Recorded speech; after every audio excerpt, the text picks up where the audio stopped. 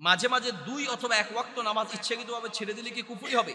নামাজ ২ ওয়াক্ত নয়, ১ ওয়াক্ত ছেড়ে দিলে এটা কুফরি।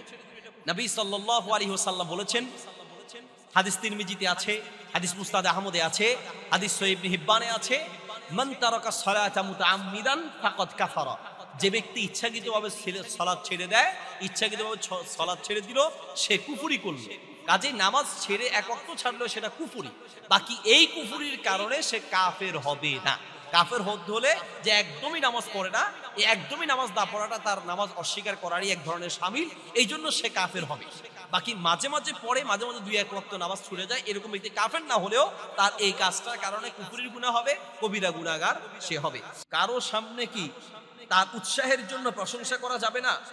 হ্যাঁ, স্বাভাবিক নিয়ম হচ্ছে কোনো ব্যক্তির সামনাসামনি তার প্রশংসা করা উচিত না।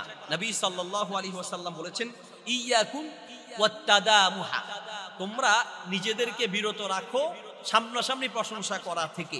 ফাইন্না যাবহা, কেননা ফাইন্নাহু যাবহু, কেননা কারো সামনে প্রশংসা করা তাকে হত্যা করার শামিল। নবী সাল্লাল্লাহু আলাইহি ওয়াসাল্লামের সামনে একজন ব্যক্তি আরেকজন ব্যক্তির প্রশংসা করছিলেন। আল্লাহর নবী সাল্লাল্লাহু আলাইহি ওয়াসাল্লাম বললেন, তুমি তো কতালতা উনুকা আখিকা, তুমি তো তোমার ভাইয়ের গর্দান উড়াইয়ে দিছো। ঠিক আছে, শব্দ ভিন্ন থাকতে পারে, মানে তুমি তোমার ভাইয়ের গর্দান উড়িয়ে দিয়েছো।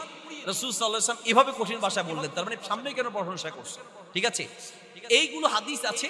আবার কোন কোন ক্ষেত্রে প্রশংসা করেছেন এইরকম হাদিস আছে, নবী সাল্লাল্লাহু আলাইহি ওয়াসাল্লাম স্বয়ং নিজে তিনি অন্যের প্রশংসা করেছেন। রাসূল সাল্লাল্লাহু আলাইহি ওয়াসাল্লাম নিজে অন্যান্য সাহাবীর প্রশংসা করেছেন সামনাসামনি, এমনটাও হয়েছে। আবু বকর রাদিয়াল্লাহু তাআলা আনহুর প্রশংসা করেছেন, ওমর রাদিয়াল্লাহু তাআলা আনহুর প্রশংসা করেছেন, এরকম হাদিস পাওয়া যায়। তো দুই পক্ষের হাদিস মিলাতে হবে।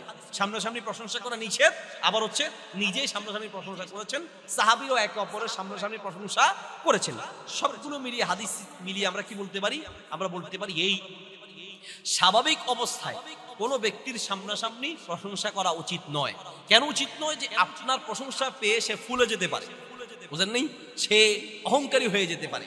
আর যখন সে অহংকারী হবে, রাসূল সাল্লাল্লাহু আলাইহি ওয়াসাল্লাম বলেন যে তুমি তার গর্দান উড়াইয়ে দিলা। কেন বললেন?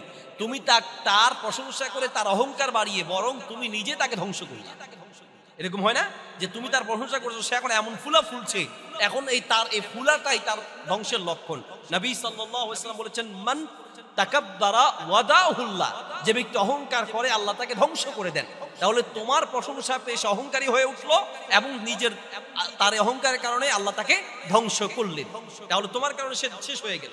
এই জন্য কেউ যদি অহংকারী হয়ে উঠবে মনে করেন, তাহলে তার প্রশংসা করা উচিত নয়। বাকি আপনার প্রশংসা পেয়ে সে যদি একটু উৎসাহী হয় এবং এই কাজটা খুব ভালো করে যদি করে, যেমন মনে করেন কেউ সুন্দর করে কথা বলে, নম্র নমনীয়, তার প্রশংসা করলেন, ভাই মাশাআল্লাহ আপনার ভিতরে আল্লাহ খুব নমনীয়তা দিয়েছেন, আপনি খুব সুন্দর করে কথা বলেন। এই কথা বলার অর্থ এই যে সে যেন আরো নমনীয় হয় এবং সে তার নমনীয়তাকে ধরে রাখে। ঠিক আছে, তার এই প্রশংসা তার জন্য কাজে লাগবে। আর যদি বাইরে ভাই আল্লাহ দিছে আপনারে, ভাই কে আছে আপনার সামনে দাঁড়াইতে পারে? বাংলাদেশে আর কেউ নেই। হ্যাঁ, আপনি তো আমনেই, আপনি কেন অন্যদের নিয়ে চিন্তা করেন? আপনি আগান, আসি আমরা, এই যে পাম টাম দিয়ে আগায় দিল, আমি তারপরে কয়দিন পরে সে তো গেছে যাই পাম দিছে, সেও গেছে।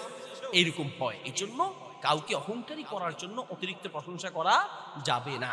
ঠিক আছে, আমাদের এই মাহফিলগুলো তো এগুলো চলে, মানে বক্তাকে পাশে বসায় উপস্থাপক সাহেব, আরে বাপরে বাপ, বাতিলের আতঙ্ক, হকের বলিষ্ঠ কণ্ঠস্বর, এই সেই হামকি দমকি দিয়া টিয়া, এবার তার আর সে কি আর দুনিয়ায় থাকে? সে কোনো আসমানে উঠে, কয়েকদিন পর দেখা যায় তার পাম শেষ, ঠিক না, চাকা ঠাস করে বাস্ট হয়ে গেছে।